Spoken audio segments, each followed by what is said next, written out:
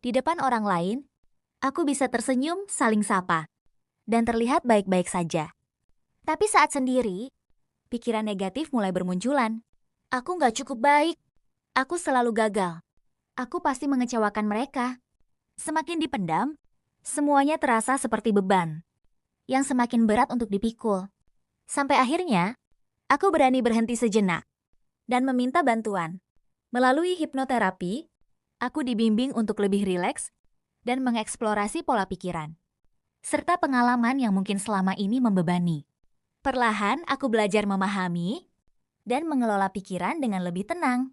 Meminta bantuan bukan tanda kelemahan. Itu adalah bentuk keberanian untuk mulai merawat diri.